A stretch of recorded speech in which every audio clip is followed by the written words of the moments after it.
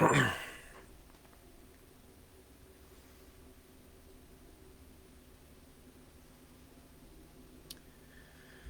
morning. So today I'm going to read the second half of Hal Draper's essay from 1971, The Principle of Self-Emancipation in Marx and Engels. I read the first half, or a little less than half, the first three sections of the essay yesterday. You can find that video if you missed it. Depending on if you're watching this on Facebook or YouTube, it should be the previous video.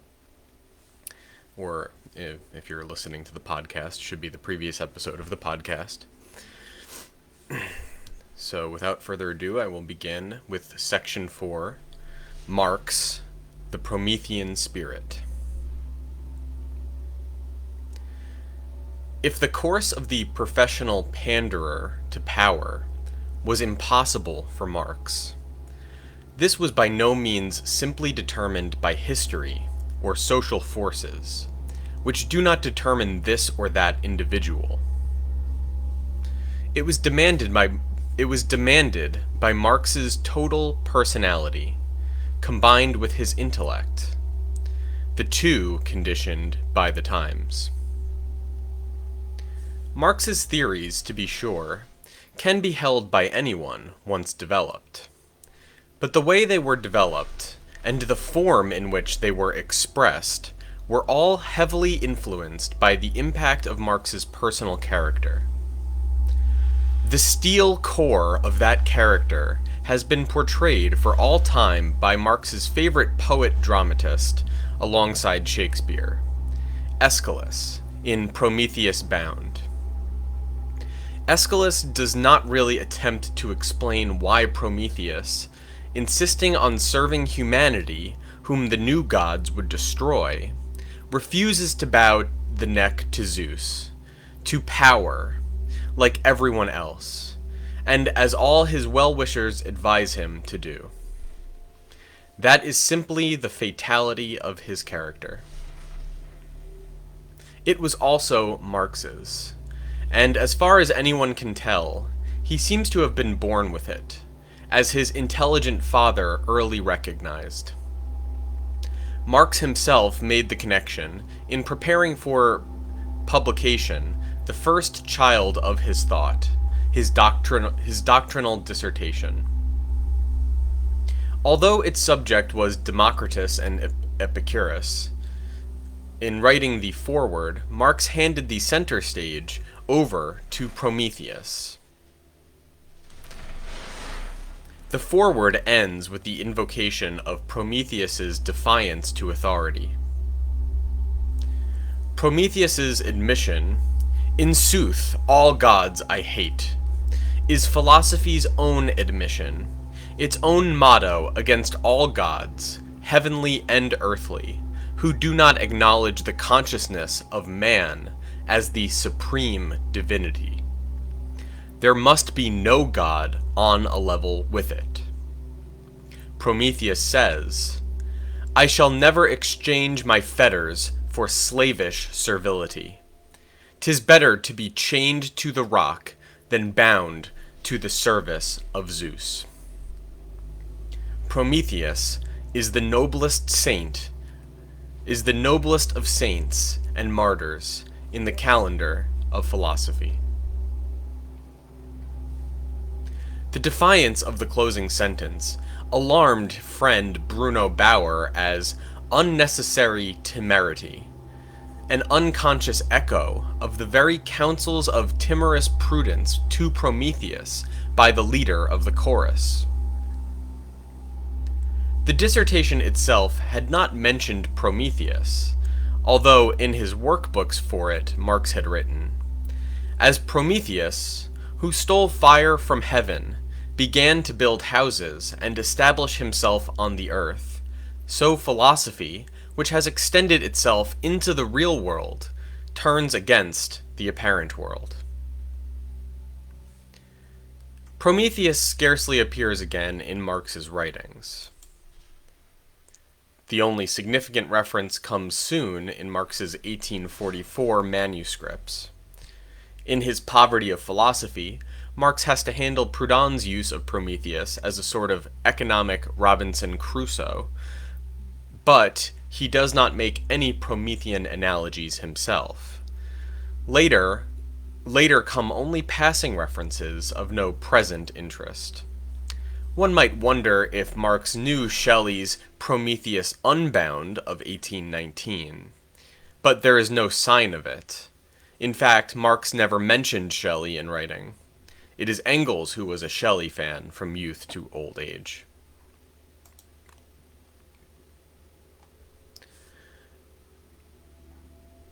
That was a footnote, so back to the sentence. Prometheus scarcely appears in Marx's writings, again, and the above passages were never published in Marx's lifetime. But the comparison was not lost upon those who knew him. When the government closed down the Rheinische Zeitung, a contemporary cartoon depicted Marx as Prometheus bound to a printing press, while the Royal Prussian eagle gnaws at his victuals. The last issue of the paper carried an unsigned farewell poem, ending on the Promethean note. Our mast blew down, but we were not affrighted. The angry gods could never make us bend. Columbus, too, at first, was scorned and slighted, and yet he saw the new world in the end. Ye friends who cheer us till the timbers rattle, ye foes who did us honor with your strife, we'll meet again on other fields of battle. If all is dead, yet courage still is life. More amusing, but not less indicative, is the evidence of the impression which Marx's character made on his young associates. There is a long satiric epic protesting against the dismissal of Bruno Bauer, which Engels wrote before he knew Marx personally, containing versified portraits of the prominent young Hegelians. The passage devoted to Marx goes approximately as follows, in limping hexameters. Then who with fearsome rage comes rushing thereupon? A swarthy chap from Trier, a real phenomenon. He neither walks nor skips, but springs up in the air, and storms about with red-hot fury, as though to tear down to the earth the far-hung tent of the broad sky. His arms he stretches up to seize the winds on high. With angry fist upclenched he rages without rest, as if 10,000 flaming demons him possessed. The portraits in this epic are frankly friendly caricatures. The young Engels was a talented cartoonist, but there is no doubt of what kind of character is being caricatured. Choice and character. And so it was, and the state of society which, in 1841, presented Marx with the choice: submit to power, or break with power. But it was Marx's character which made the choice a foregone conclusion. Such a character will naturally always excite a variety of reactions. After all, many in the audience are in the position of Hephaestus, who, weeping salt tears very liberally, is the one who actually fetters the hero in chains, protesting it is against his will. The dirty job must be done, he whines to power, but don't push me too hard. More are in the position of Oceanus, who delivers himself of sage advice. I would admonish thee to prudence. See what are the wages of too bold a tongue. Thou hast not learned humility, nor to yield to evils. He will try to negotiate peace with Zeus, but meanwhile, do thou keep thy peace, and restrain thy blustering speech. Others are in the position of the leader of the chorus, who has his own diagnosis of the hero's sins. Care not for mortals overmuch, whilst you neglect your own profit. In other words, get a well-paying job, instead of wasting your time in the British Museum. Then also in the audience are the descendants of Hermes, the lackey of Zeus, who thinks anyone who does not cringe before power is simply stark mad. The very best frame of mind for a lackey.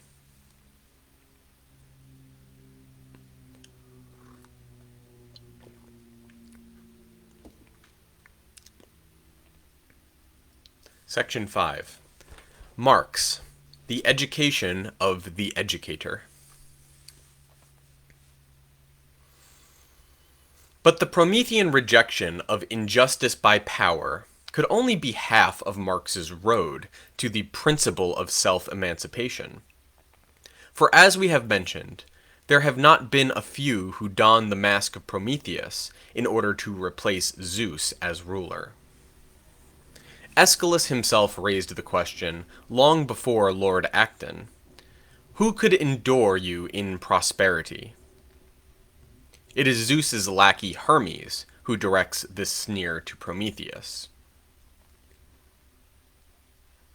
Even after the collapse of the savior ruler by 1841, Marx must have gone through the next stage like everyone else. Hope in some kind of intellectual elite who, their hearts bursting with sympathy for the suffering people, would sacrifice themselves in order to lead the flock into a new and better sheepfold.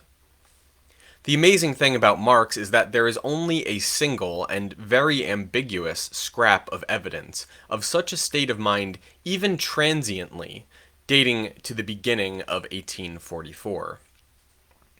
This occurs at the end of the article in which Marx first arrives at the idea that it is the emancipation of the proletariat that means the emancipation of all mankind.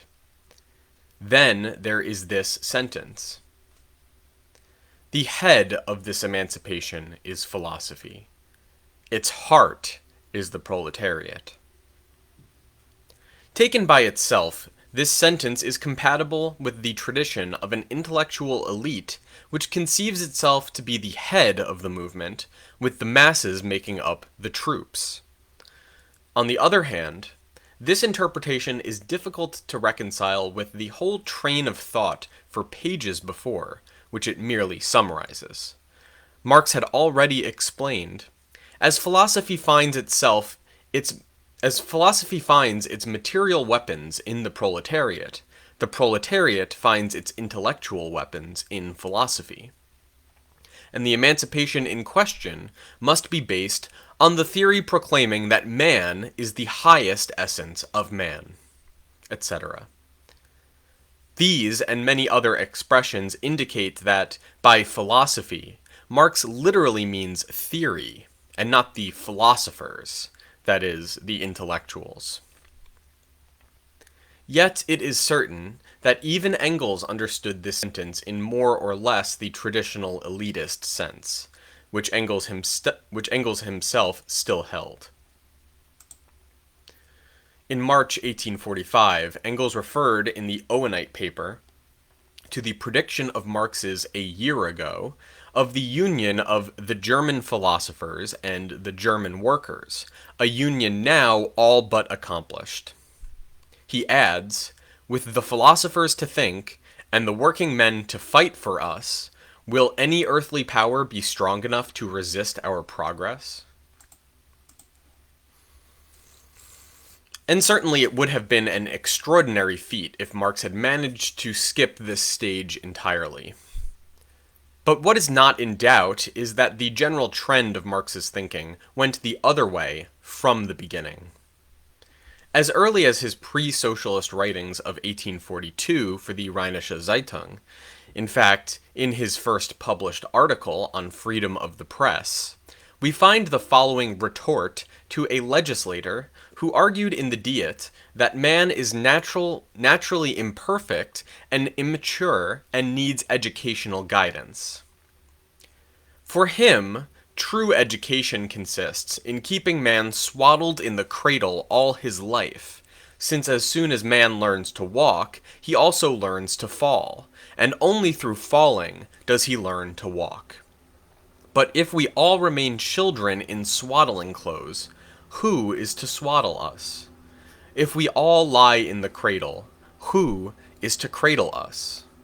If we are all in jail, who will be the jailer? This extension of quis custodiet hippos custodes is already the fundamental answer to all the arguments, old and current, for educational dictatorships.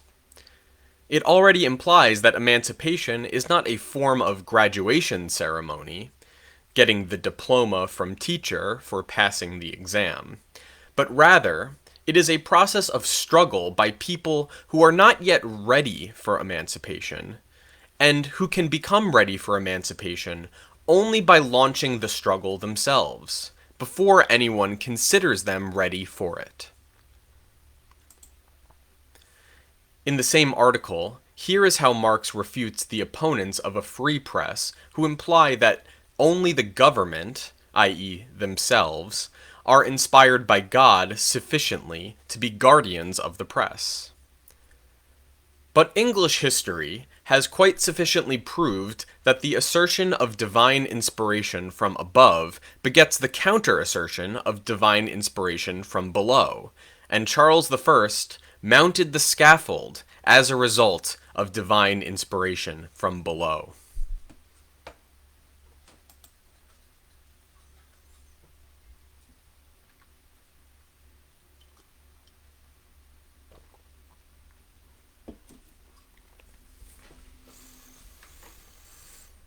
Theory and the theoretician.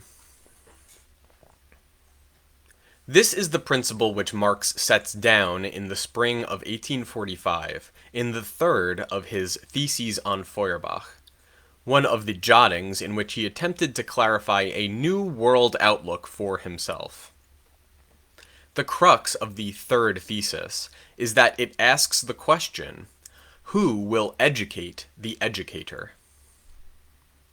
It goes directly to the elitist concept of the role of the educated bringer of socialism to the uneducated masses. Naturally, Marx does not question the matter of fact that it is the educated who have raised the idea of socialism before the masses. That is how it begins, but it cannot be merely a one-way relationship. When Engels published his edited version of the Theses in 1888, he usefully concretized this meaning by introducing an example, Robert Owen, who was not in Marx's original note. It was Owen's type of materialism which one-sidedly emphasized that men are the products of their environmental circumstances and upbringing, and which concluded that to change men for the better, one had to change the environmental circumstances and upbringing. Marx's thesis cuts straight to the heart of the difficulty in this reasoning. Who are the men who are going to operate this change? These men apparently stand exempt from the very law they enunciate. For they, who are also the product of their environmental conditioning, are going to act to change the world which conditioned them. Prometheus was able to change men from the outside because he was himself a god. But Owen's and Marx's problem is harder than this. Who are these educators to be, and how do they come into being? Owen's implied answer is very simple. They are people like me, who just happen to get the idea, plus others whom I convince with this inexorable logic. Against this, Marx's thesis points out, 1, that it is essential to educate the educator himself, and 2, that until this educator is himself changed, educated, one cannot overcome the division of society between rulers and ruled. Quote, the materialist doctrine concerning the changing of circumstances and upbringing, that men are products of circumstances and upbringing, and that therefore changed men are products of other circumstances and changed upbringing, forgets that circumstances are changed by men themselves, and that it is essential to educate the educator himself. Hence, this doctrine must necessarily have the effect to divide society into two parts, one of which is superior to society. For example, in Robert Owen. The coincidence of the changing of circumstances and of human activity, or self-changing, can be conceived and rationally understood only as revolutionary practice.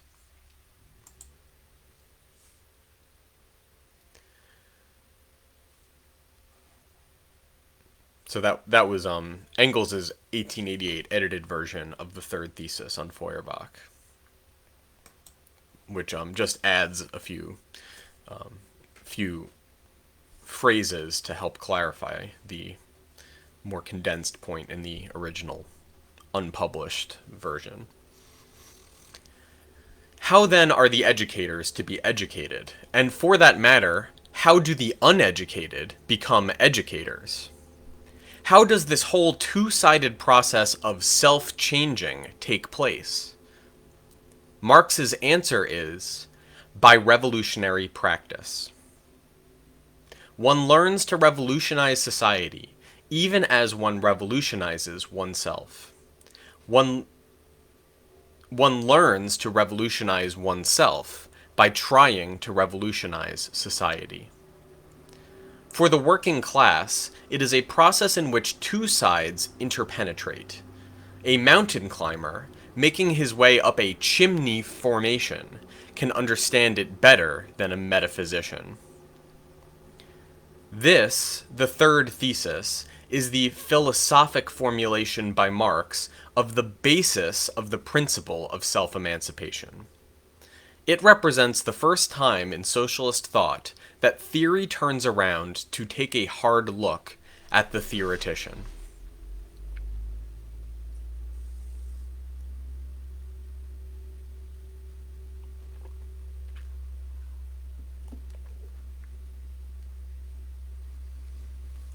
Section 6. The rejection of humanitarian philanthropic elitism. The third thesis entails, or leads right into, rejection of the whole humanitarian philanthropic attitude toward the masses of people, which was typical not only of Owen and the Utopians, but also of all the other pre-Marxian socialists to one degree or another. There are many reasons why the masses need protection from their friends, but the greatest of these is charity. In the long run, a people can be held in subjection most effectively, not by brute force, but by gutting them of the capacity to fight for themselves.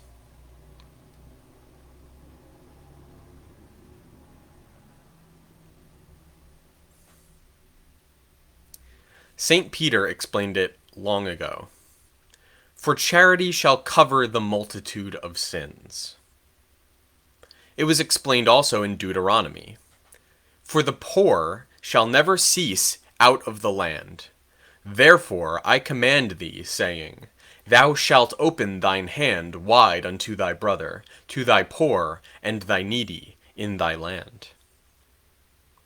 Therefore has been italicized here, since it explains the practical reason for this holy injunction. For the poor shall never cease out of the land, therefore I command thee, saying, Thou shalt open thine hand wide unto thy brother, to thy poor and thy needy in thy land, because the poor shall never cease out of the land. Marx's burst of indignation at this sociological strategy of Christianity was directed, in 1847, at a pious Prussian who sermonized that, if only those whose calling it is to develop the social principles of Christianity to do so, the communists will soon be put to silence. Quote, The social principles of Christianity have now had 1800 years to develop, and need no further development by Prussian counselors. The social principles of Christianity justified the slavery of antiquity, glorified the serfdom of the Middle Ages, and equally know, when necessary, how to defend the oppression of the proletariat, although they make a pitiful face over it. The social principles of Christianity preach the necessity of a ruling and an oppressed class, and all they have for the latter is the pious wish the former will be charitable. The social principles of Christianity transfer the counselor's adjustment of all infamies to heaven, and thus justify the further existence of those infamies on earth. The social principles of Christianity declare all vile acts of the oppressors against the oppressed to be either the just punishment of original sin and other sins, or trials that the Lord in his infinite wisdom imposes on those redeemed. The social principles of Christianity preach cowardice, self-contempt, abasement, submission, dejection, in a word, all the qualities of the canaille. And the proletariat, not wishing to be treated as canaille, needs its courage, its self-reliance, its pride, and its sense of independence more than its bread. The social principles of Christianity are sneakish, and the proletariat is revolutionary. So much for the social principles of Christianity. In this passage, the authentic Promethean spirit of self-reliant defiance is transferred from the bosom of a God filled with love of mankind to the proletariat itself. In the same article, Marx included a powerful echo of the revulsion against the savior ruler as he attacked the pious Prussians' appeal for a monarchy relying on the support of the people. Unaware, of course, that this was going to be, 2 decades later, the subject of Lassalle's pourparlers with Bismarck. We should make but a few well-meaning remarks to those gentlemen who wish to save the imperiled Prussian monarchy by a somersault into the people. Of all political elements, the people is the most dangerous for a king. But the real people, the proletariat, the small peasants, and the populace. There you have, as Hobbes said, puer robustus sed malitiosus, a sturdy but knavish boy, who will not let himself be made a fool of either by thin kings or fat ones. This people would first and foremost force his majesty to grant a constitution with universal suffrage, freedom of association, freedom of the press, and other unpleasant things. And having obtained all that, it would use it to show as quickly as possible how it understands the power of the monarchy. Prometheus plus Spartacus equals the starting point of Marxism.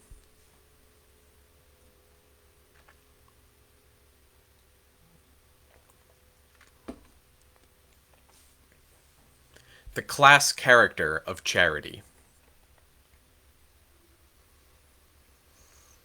From here on, Marx's war against humanitarian philanthropic socialism is unremitting.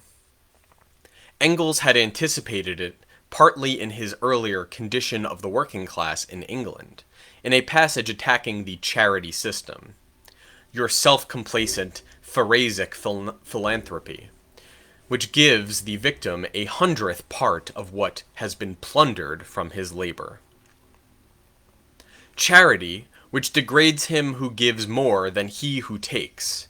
Charity, which treads the downtrodden still deeper in the dust, which demands that the degraded, the pariah cast out of society, shall first surrender the last that remains to him, his very claim to manhood, shall first beg for mercy before your mercy deigns to press, in the shape of an alms, the brand of degradation upon his brow.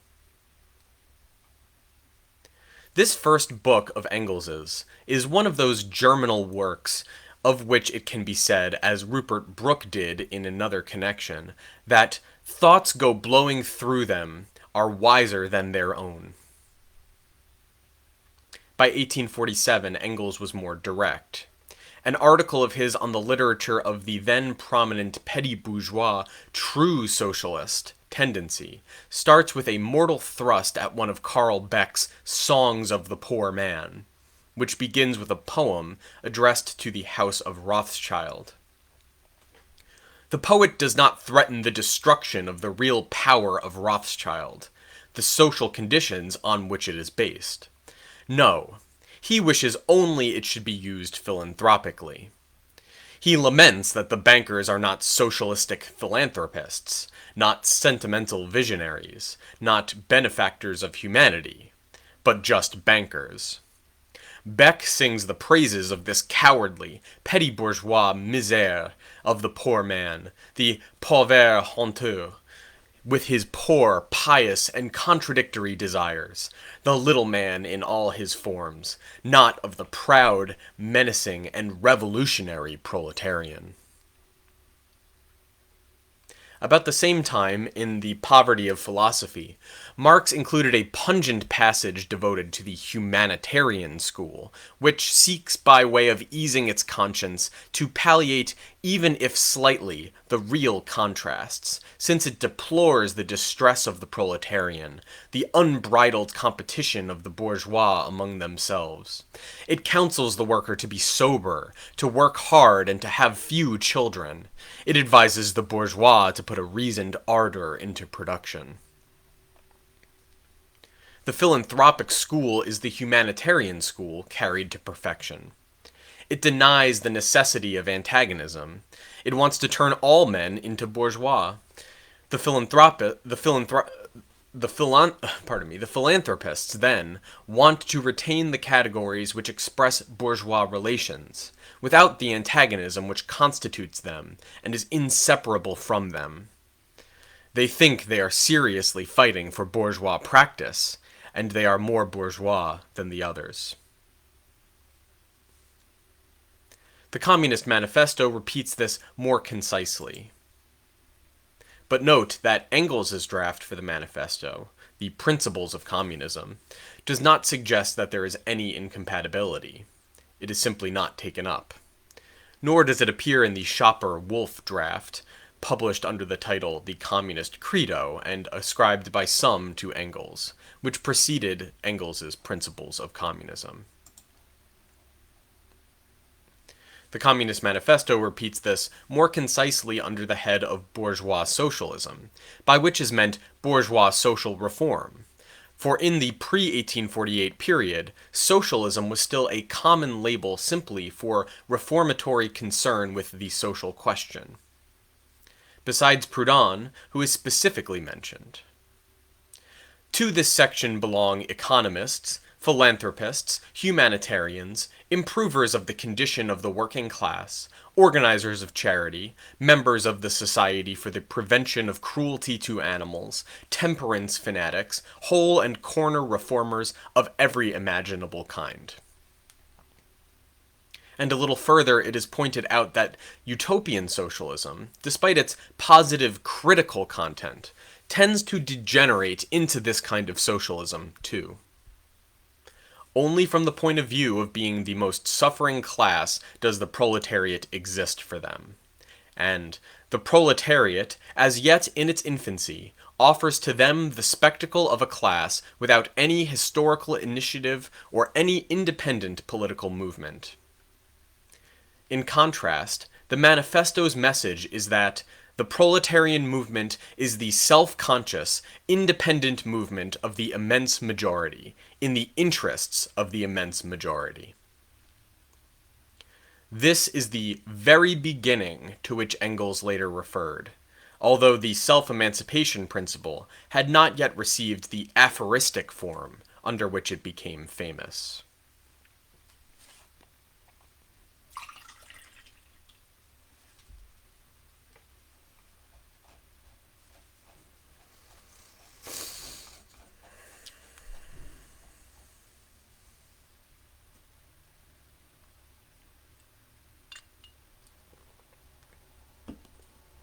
Section 7. To walk by himself. Henceforth, the principle weaves through the analyses of Marx and Engels as an integral part of their thought. Here are some examples that come to hand. During the revolutionary period that followed the Communist Manifesto, Marx and Engels' articles in the Neue Rheinische Zeitung continually appealed to action from below by the populace. In this connection, Engels wrote at one point, "In Germany, there are no longer any subjects, ever since the people became so free as to emancipate themselves on the barricades." At the beginning of another article, praising the resistance of the Poles to Prussian conquest, he relates a touching anecdote about a practical philanthropist, picked up from a biography of the priest Joseph Bonavita Blank. The holy man was frequented by birds that hovered on and about him, and the people wondered mightily to see this new St. Francis. No wonder. He had cut off the lower half of their beaks, so that they could get food only from his own charitable hands. Engels comments on his parable. The birds, says the biographer, loved him as their benefactor, and the shackled, mangled, branded Poles refused to love their Prussian benefactors. The experience of the revolution was one of the reasons why Marx was sensitized to the necessity of breaking the German people from their habit of obedience to authority from above. For the German working class, the most necessary thing of all is that it should cease conducting its agitation by kind permission of the higher authorities. A race so schooled in bureaucracy must go through a complete course of self-help. Around the same time, he embodied the same idea in a letter which we have already quoted in the preceding chapter. Here, in Germany, where the worker's life is regulated from childhood on by bureaucracy, and he himself believes in the authorities, he must be taught before all else to walk by himself.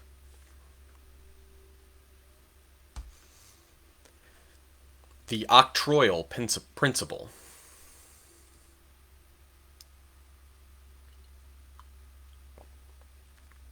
Of course, this applied not only to the Germans. It was ever present to Marx's mind when he discussed the phenomenon of the state-sponsored revolution from above, in connection with Bonapartism. In pre-Bismarck Prussia, there were the Stein-Hardenberg reforms from above, designed to rally support against Napoleon. In Russia, there was the Tsar's emancipation of the serfs. Marx commented, in English, "In both countries, the social daring reform was fettered and limited in character because it was octroyed from the throne and not, instead of being conquered by the people." Octroyed is a rare word in English, but deserves to be more widely used. Its connotation, more than merely grant or conceded, is precisely the handing down of changes from above, as against their conquest from below. In fact, octroyal socialism is a fine coinage for the opposite of the Marxist principle of self-emancipation. In his book on the 1848 Revolution in France, Marx recurs to a characteristic metaphor of the theater, as in theater of war. In this case, not the contrast between above and below, but rather between the active participants on the stage of history and the passive onlookers of the pit or the wings. On the first stage of the revolution, instead of only a few factions of the bourgeoisie, all classes of French society were suddenly hurled into the orbit of political power, forced to leave the boxes, the stalls, and the gallery, and to act in person upon the revolutionary stage. on the peasantry who were momentarily set into motion to give Bonaparte his election victory on the 10th of December 1848. For a moment, active heroes of the revolutionary drama, they could no longer be forced back into the inactive and spineless role of the chorus. This metaphor illuminates Marx's concept of the revolution from below as self-emancipation. Less figuratively, in another passage, Marx mentions the indicia of the proletariat's immaturity. As soon as it was risen up, a class in which the revolutionary interests of society are concentrated finds the content and the material for its revolutionary activity directly in its own situation. Foes to be laid low, measures dictated by the needs of the struggle to be taken, the consequence of its own deeds drive it on. The French working class had not attained this level. It was still incapable of accomplishing its own revolution. The proletariat was as yet incapable of carrying through a rising from below, under the self-impulsion of its own class drives. After Bonaparte had consolidated his power, Engels remarked that he hoped the old scoundrel was not assassinated. For in that case, the Bonapartist clique would merely make a deal with the Orleanist monarchy and go right on.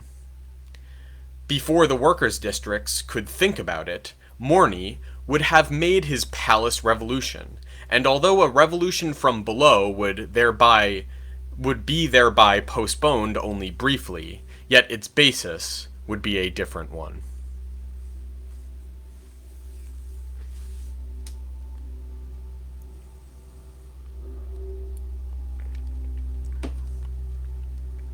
Section 8. In the First International.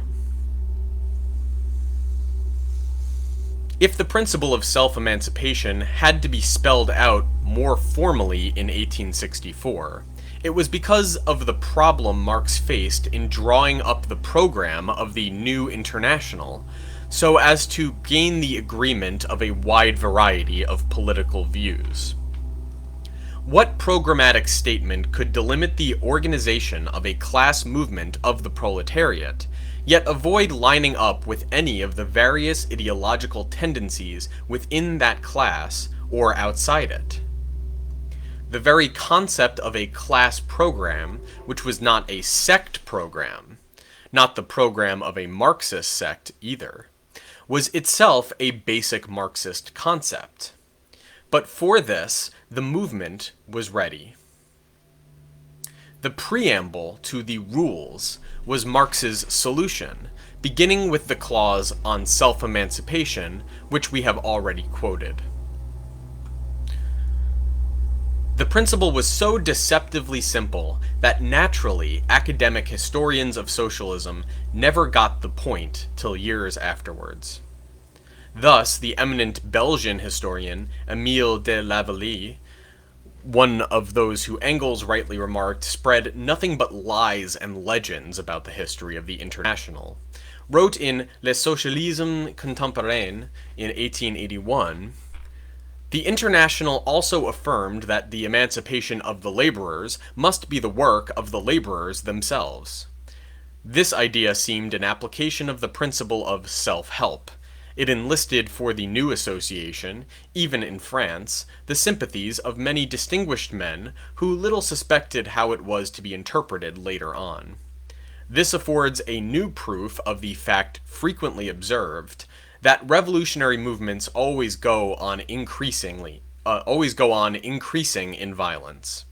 The originators of the movement are replaced by the more fanatical, who in their turn are pushed aside, until the final abyss is reached, to which wild revolutionary logic inevitably leads." In contrast to this liberal ignoramus, the viciously reactionary historian of the International, Edmond Villetard, understood very quickly that the militants of the International were so wildly fanatical as to believe exactly what the principle of self-emancipation said.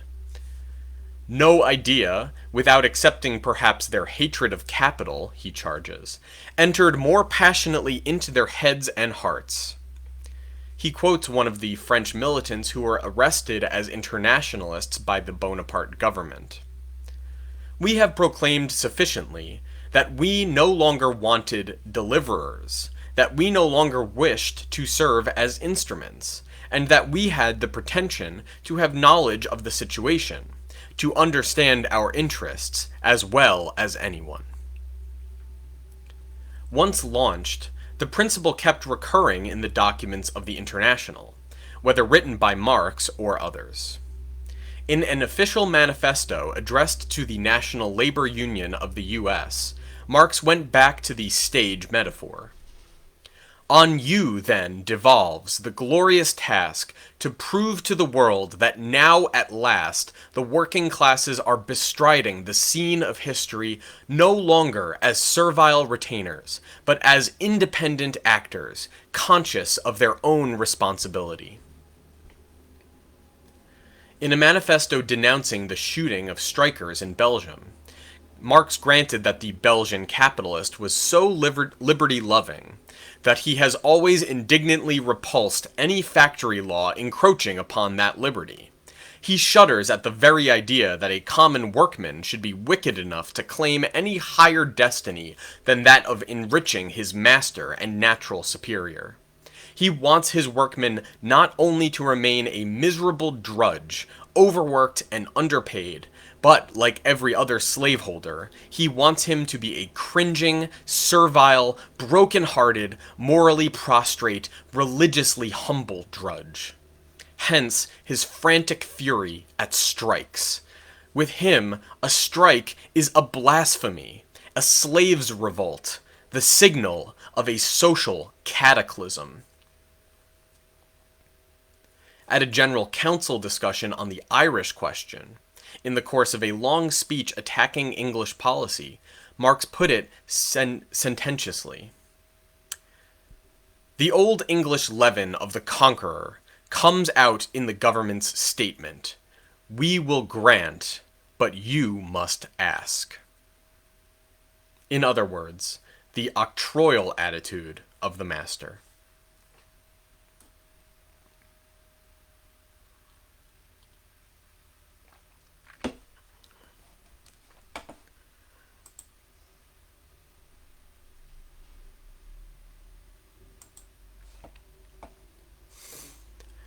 Do-it-yourself movement.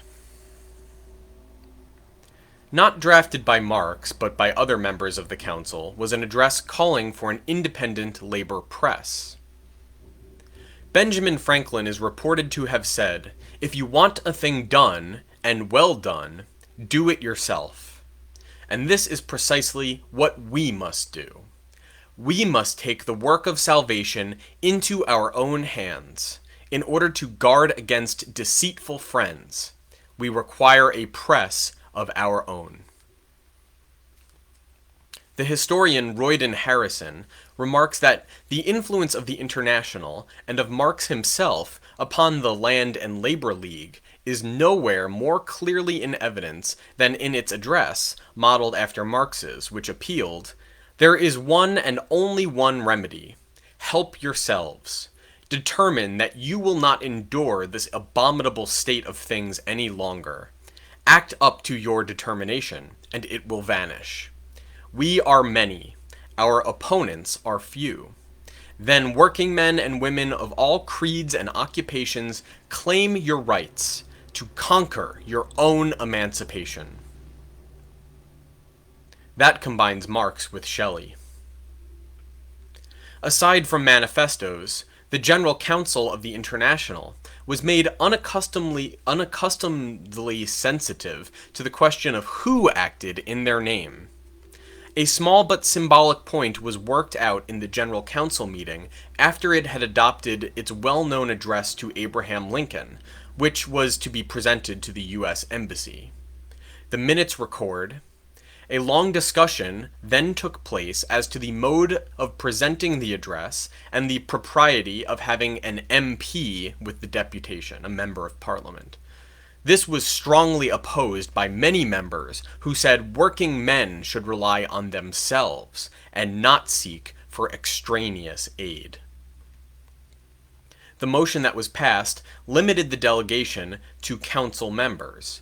Marx related to Engels. Part of the Englishmen on the committee wanted to have the deputation introduced by a member of parliament, since it was customary. This hankering was defeated by the majority of the English and the unanimity of the Continentals, and it was declared, on the contrary, that such old English customs ought to be abolished. There were other symbolic tests. In 1865, the General Council announced it had refused the proposal of a rich English lord who had offered an annual subsidy to be the organization's protector. The question of Tory gold was going to be an issue of self-emancipation all through the century.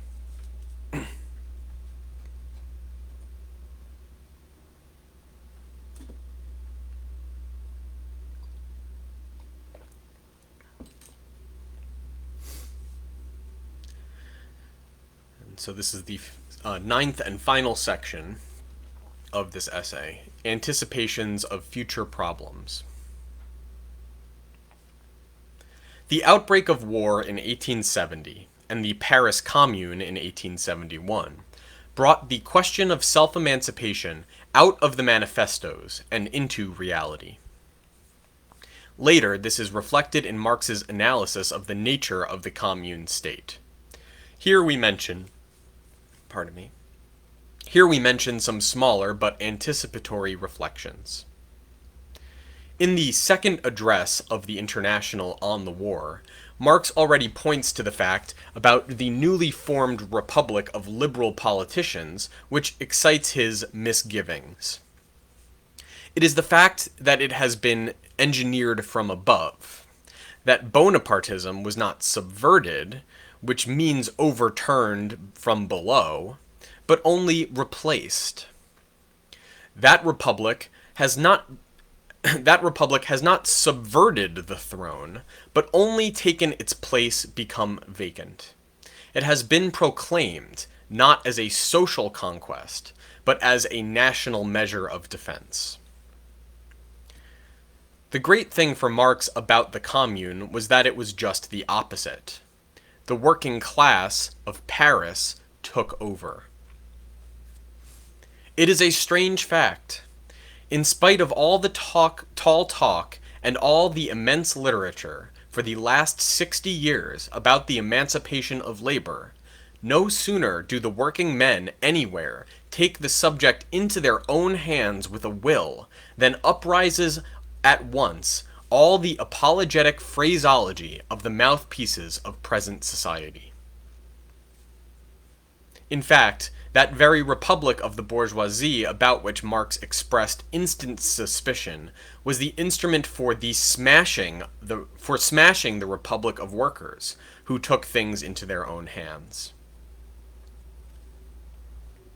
We hear more from Marx about this in his writings on the commune state. Here let us turn to some familiar language, written by Marx in his first draft for the Civil War in France. It is a passage in which he asks, "What is it that is new about this revolution?" True, the workers have borne the brunt, but that has been true in all French revolutions. Then there is a second feature which is not new.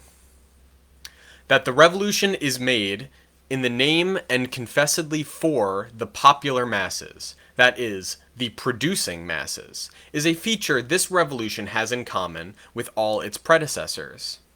The new feature is that the people, after the first rise, have not disarmed themselves and surrendered their power into the hands of the republican mountebanks of the ruling classes, that By the constitution of the commune, they have taken the actual management of their revolution into their own hands, and found at the time, in the case of success, the means to hold it in the hands of the people itself, displacing the state machinery, the governmental machinery of the ruling classes, by a governmental machinery of their own. This is their ineffable crime.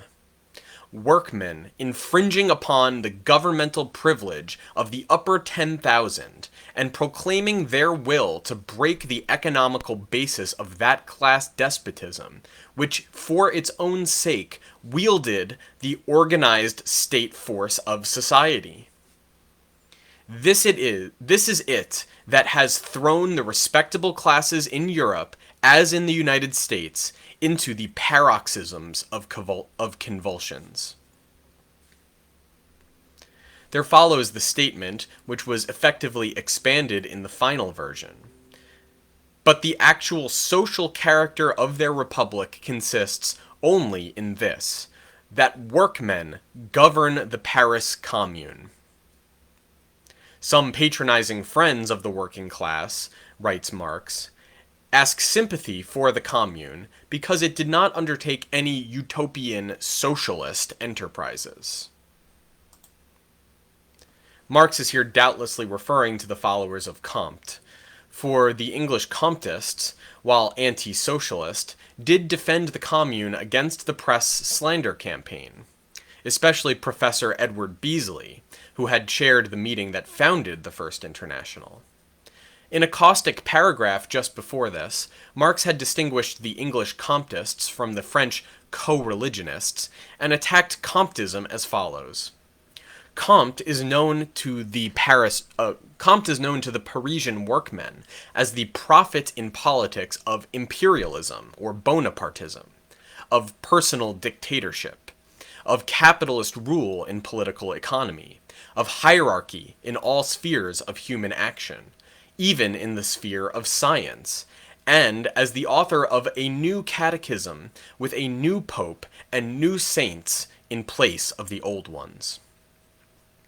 This attack did not appear in the final version, either because of respect for the courage of the English Comtists in defending the commune, or because of space, or both.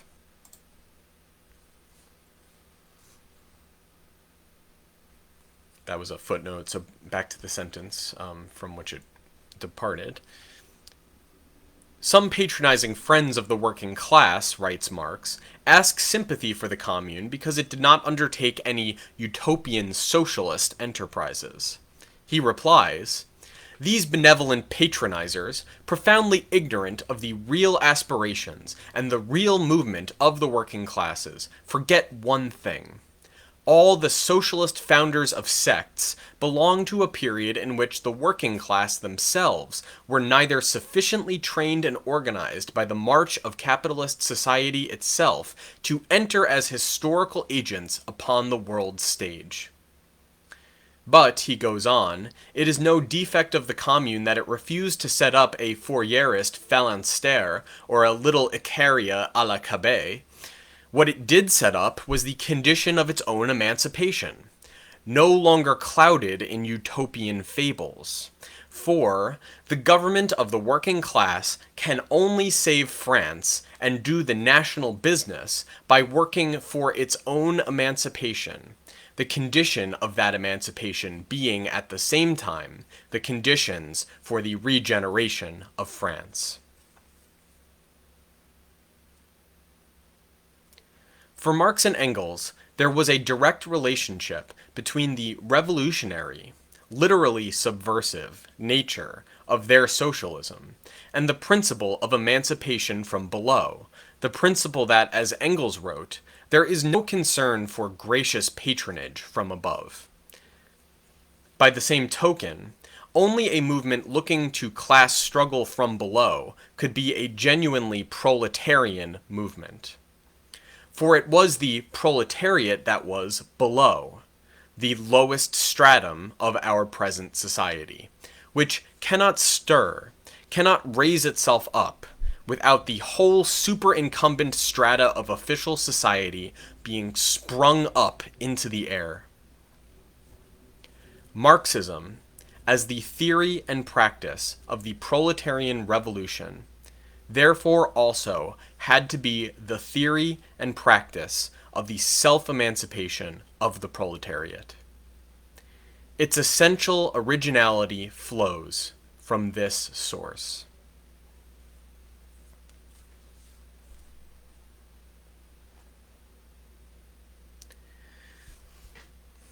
So that is Draper's essay, which, as mentioned in the first video, is excerpted, I think a modified excerpt from his 5-volume magnum opus, Karl Marx's Theory of Revolution, which I'll mention again. I am in the process of reading through on a patron-only video series on this project's Patreon account, patreon.com/socialistlegacy, so you can get access to that if you'd like to make a small monthly contribution as $1 to this project. So check that out if you want to see the whole sweep of the work of which this was an excerpt. But I think it stands on its own pretty well. This was a very powerful piece for me to read. In particular, when I first read it, it really kind of crystallized something that I had always sort of understood was there in Marx, but didn't really have a clear and explicit grasp of. And I think this piece in particular really crystallizes it well. And it's a point that's also made in the Monty Johnstone essay that I read a few videos back, as well as the pieces on the microsect and the political center by Draper that I read a few videos back as well. I don't think there's any question that socialism, in the eyes of today's socialists en masse, really almost without exception, maybe with a handful of exceptions, is the sort of octroyal socialism that Draper mentions, or what Marx and Engels in the Communist Manifesto referred to as bourgeois socialism or conservative socialism, which is essentially just the desire to address the social question, the crisis of society, of social order wrought by the Industrial Revolution, which is most prominently felt, at least certainly in the early 19th century, but still today, in mass unemployment, and not only the existence of unemployment, of unemployed people, but the ever-present threat of unemployment lurking over the heads of everyone who has to work for a living. Everyone who doesn't own capital that they can live off of.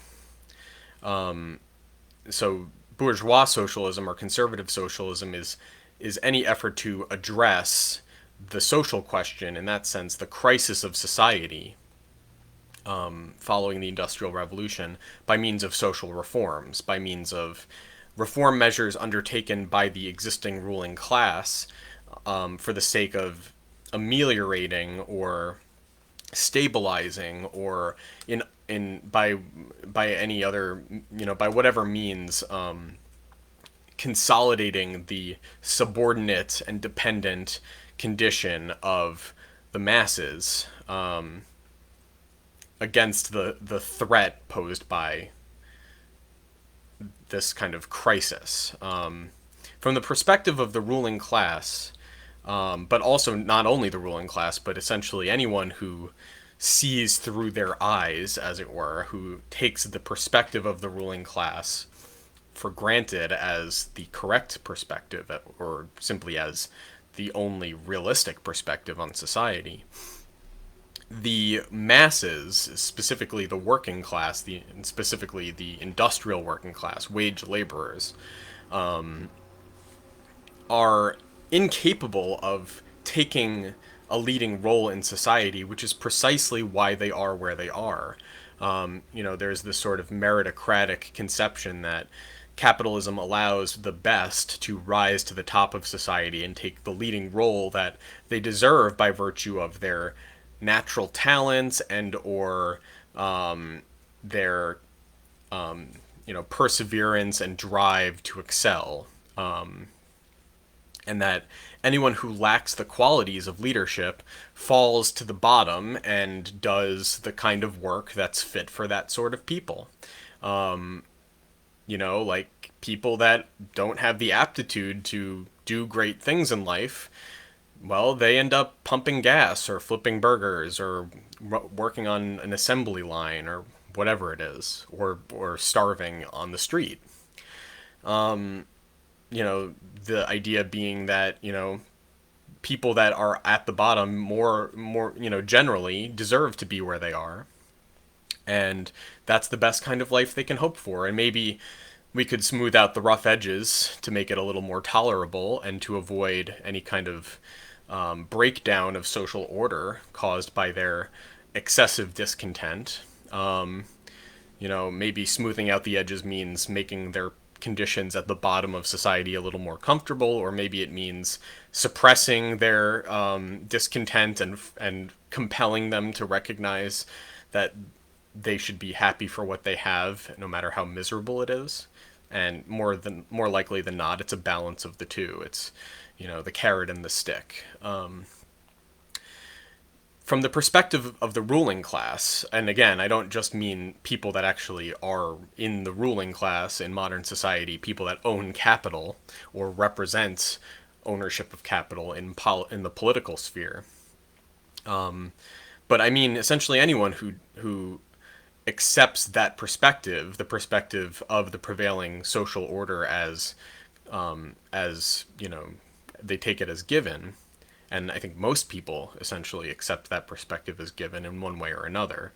From that perspective, it's absurd to propose that the bottom, that the lowest level of society, the lowest stratum of society, that the proletariat could take power and run society.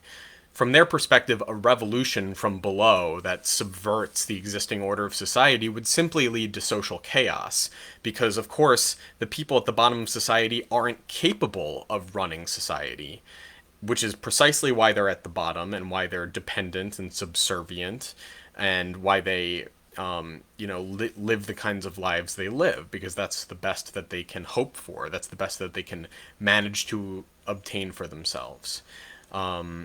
And so, of course, they're going to destroy the social order if they overthrow the ruling class and try to replace them. All you'll end up with is a chaotic nightmare. And so, from that perspective, preventing revolution is, a sacred duty. It's preserving it's not about preserving their superior condition, against the aspirations of those below, because those aspirations, if those are even the motivations rather than just rage or, kind of anger, resentment, if there is any kind of aspiration to change, it's fantastical, it's unrealistic, it's not possible to realize, and all it will culminate in is a worse form of at best, it'll culminate in a worse form of the existing social order, resulting from the upheaval and the kind of destruction wrought by the uprising. And at worst, it'll result in a complete collapse of social order altogether and a chaotic nightmare. So there is a kind of perverse benevolence at play in that sort of mentality.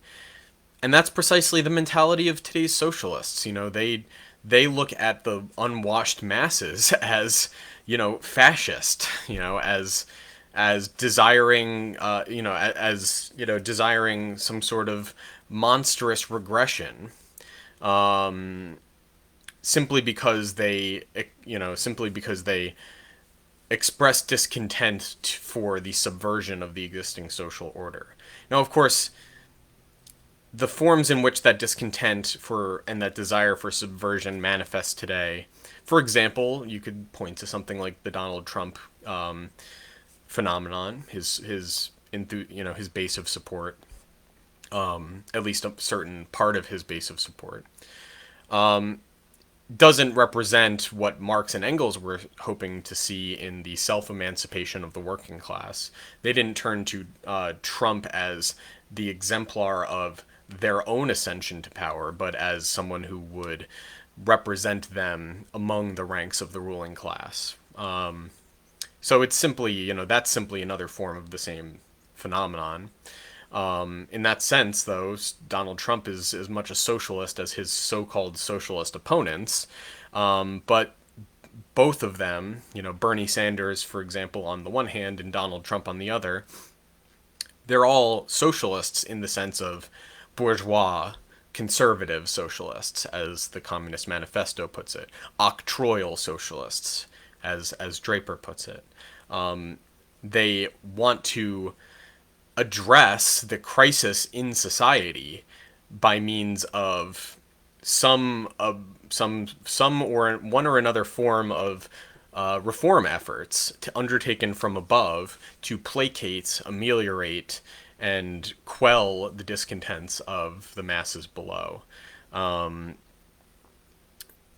So what would it mean to awaken the desire for self-emancipation among the working class, among the proletariat today?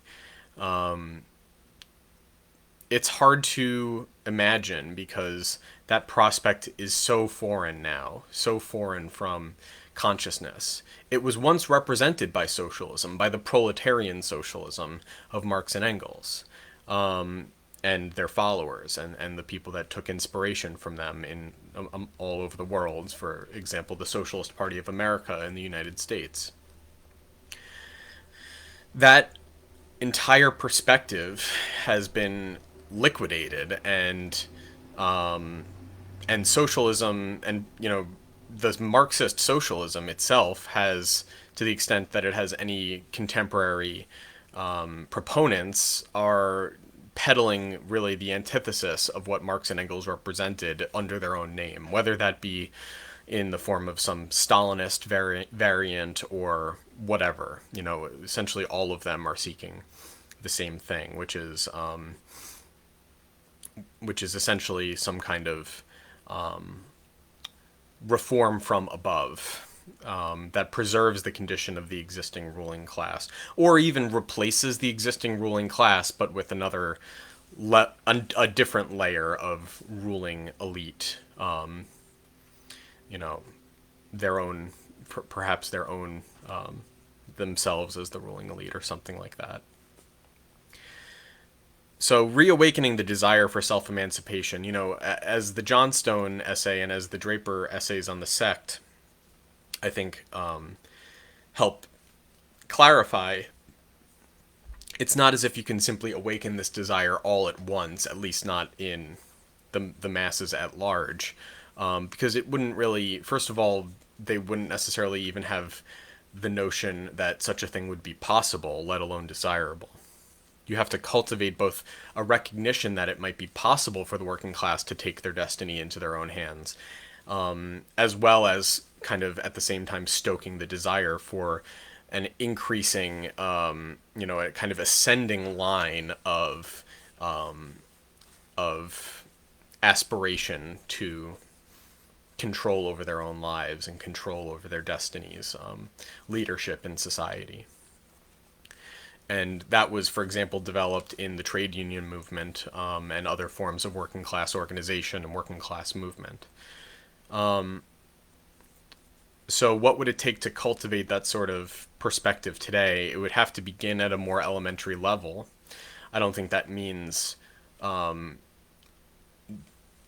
don't think that means bracketing this entire question of politics, though. I think the perspective of political revolution and the leadership of the working class in a revolutionary transformation of society, through their political rule, needs to be retained and transmitted, and it needs to be protected among all from the deceitful friends of the Marxist tradition who mutilate this notion in the way they transmit it. But you can't simply win people over based on this kind of maximal conception. There needs to be other routes into cultivating this sort of perspective in more elementary ways that might that might snowball, so to speak. So those are just some rough thoughts in reaction to this essay and the kind of series of essays I've read so far. So just to wrap up, I think from here, I think I'll read. There's a few more pieces from Draper from his later career, shorter pieces that I want to read in this series, and I think also there's maybe 3 or 4 more pieces I'll read in this series, and from there I plan to go back and read some material from and about the Socialist Party of America and the Second International more broadly, as well as the earlier history of socialism. I'm not entirely sure what I'll read and in what order at this point. I might kind of grope around a little bit and pick things up as they come to my attention or as I recall their potential significance in following this line of thought.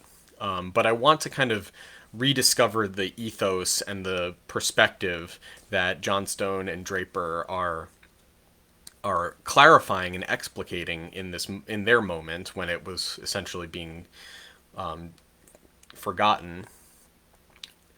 I want to illustrate that by reference to the earlier tradition that had it in mind in what they were trying to do, but that they unfortunately failed in accomplishing. And that includes Marx and Engels, but it also includes their followers that went beyond their theoretical guidance and practical advice to actually constitute an international revolutionary movement of the working class.